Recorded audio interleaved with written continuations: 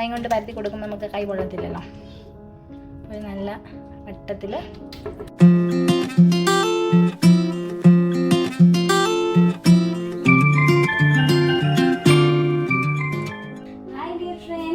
അപ്പോൾ നമുക്ക് ഇന്നൊരു പരിഞ്ഞിൽ കിട്ടിയിട്ടുണ്ട്. മീനിൻ്റെ പരിഞ്ഞിൽ, ഒരു ആവോലി മീനിൻ്റെ അത്യാവശ്യം വലുപ്പമുള്ള ഒരു പരിഞ്ഞിൽ കിട്ടിയിട്ടുണ്ട്. അപ്പം നമുക്ക് ഇന്ന് അതുകൊണ്ട് ഒരു പരിഞ്ഞിലപ്പം ഉണ്ടാക്കി നോക്കിയാലോ. അപ്പം അതിന് എന്തൊക്കെയാണ് വേണ്ടത് നോക്കാം. ഞാനിവിടെ കുറച്ച് ഒരു ചെറിയ സവോള പൊടിയായിട്ട് അരിഞ്ഞത്, ഏറ്റവും ബെസ്റ്റ് കൊച്ചുള്ളിയാണ്. കൊച്ചുള്ളി ഉണ്ടെങ്കിൽ അത് യൂസ് ചെയ്യാം, അല്ലെങ്കിൽ ഒരു ചെറിയ സവാള പൊടിയായിട്ട് അരിഞ്ഞത്, 2 എരിവുള്ള പച്ചമുളക്, പിന്നെ ഒരു ചെറിയ കഷ്ണം ഇഞ്ചി പൊടിയായിട്ട് അരിഞ്ഞത്, ഒരു പിടി തേങ്ങ പീര, പിന്നെ ടേസ്റ്റിന് കുറച്ച് കറിവേപ്പില, പിന്നെ നമുക്ക് വെളിച്ചെണ്ണ വേണം. അപ്പോൾ ഇത്രയാണ് നമുക്ക് പരിഞ്ഞിലപ്പം ഉണ്ടാക്കാൻ വേണ്ടത്. പിന്നെ ആവശ്യത്തിന് ടേസ്റ്റിന് ആവശ്യമായിട്ടുള്ള ഉപ്പ്. അപ്പോൾ നമുക്ക് സ്റ്റാർട്ട് ചെയ്യാം.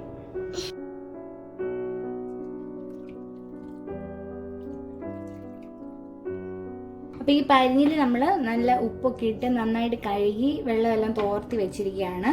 ഇനി ഇത് നമുക്ക് ഉണ്ടാക്കാൻ തുടങ്ങുന്നതിന് മുമ്പ് ഞാൻ ആദ്യം നമുക്ക് പരിഞ്ഞിലപ്പത്തിന് വേണ്ട ആവശ്യത്തിന് ടേസ്റ്റിന് ആവശ്യമായിട്ടുള്ള ഉപ്പിട്ടിട്ട് ഈ പരിഞ്ഞിൽ നന്നായിട്ടൊന്ന് ഉടയ്ക്കണം. നന്നായിട്ട് ഇത് കൈ കൊണ്ട് ഉടയ്ക്കുമ്പോഴേ ഉടയും. വലിയ മീനിൻ്റെ ചില പരിഞ്ഞിൽ ഉടയാത്ത പരിഞ്ഞിലുണ്ട്, അത് വേണമെങ്കിൽ മിക്സിയിലിട്ടൊന്ന് കറക്കിയാലും മതി. ഇതിപ്പോൾ നമ്മൾ ജസ്റ്റ് കൈ കൊണ്ട് നന്നായിട്ട് ഉടച്ചു കൊടുക്കാവുന്നതേ ഉള്ളൂ. നന്നായിട്ട് ഉടയ്ക്കുക, നല്ല ടേസ്റ്റാണ്.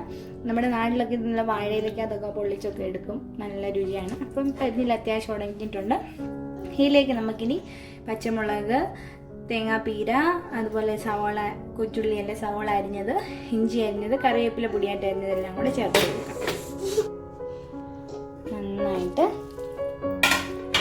ഉപ്പിട്ടു, വേറെ പൊടികളൊന്നും നമുക്ക് വേണ്ട, ഇത് മാത്രം മതി. എല്ലാം കൂടി നന്നായിട്ട് തിരുമ്മി അതിൻ്റെ ടേസ്റ്റ് എല്ലാം ഇറങ്ങണം. ഇഞ്ചിയുടെയും പച്ചമുളകിൻ്റെയും ഉള്ളിയുടെ എല്ലാം രുചി നന്നായിട്ട് എല്ലാം ഇറങ്ങണം. അപ്പോൾ പരിഞ്ഞിലിൽ നമ്മൾ നന്നായിട്ട് സവോളയും പച്ചമുളകും ഇഞ്ചിയും കറിവേപ്പിലയും തേങ്ങാപ്പീര എല്ലാം ഇട്ട് നന്നായിട്ട് തിരുമ്മി വെച്ചിട്ടുണ്ട്. നല്ലതായിട്ട് ഇളക്കി മിക്സ് ചെയ്തിട്ടുണ്ട്. ഇതൊരു 2-3 മിനിറ്റ് ഒന്ന് വെച്ചതിന് ശേഷം നമുക്ക് പൊരിച്ചെടുക്കാം. അതിന് എന്താ പറയുക, എരിയും ഇഞ്ചിയുടെ ടേസ്റ്റൊക്കെ ഒന്ന് പിടിക്കട്ടെ.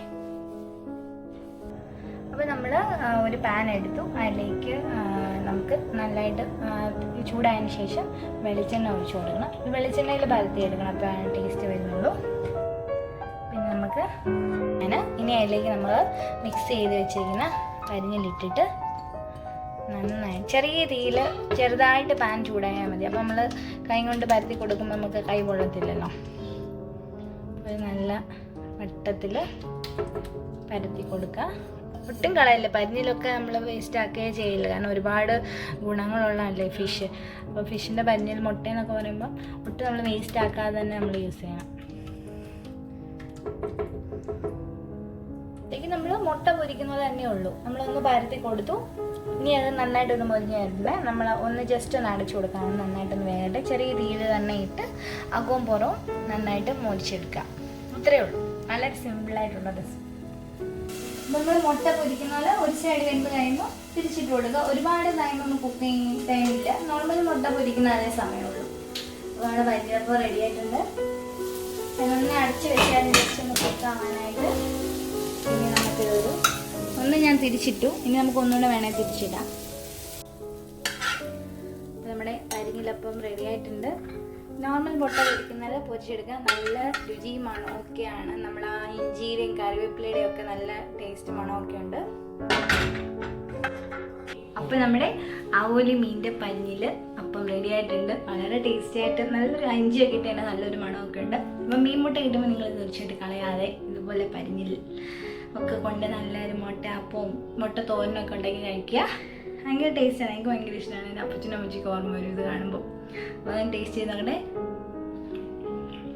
ഇഞ്ചിയുടെ ഒക്കെ നല്ല രുചിയുണ്ട്. അപ്പോൾ നിങ്ങൾ തീർച്ചയായും ട്രൈ ചെയ്ത് നോക്കുക. അപ്പോൾ നെക്സ്റ്റ് റെസിപ്പി വരുന്നത് ബൈ ഫ്രീമാസ് കിച്ചൺ.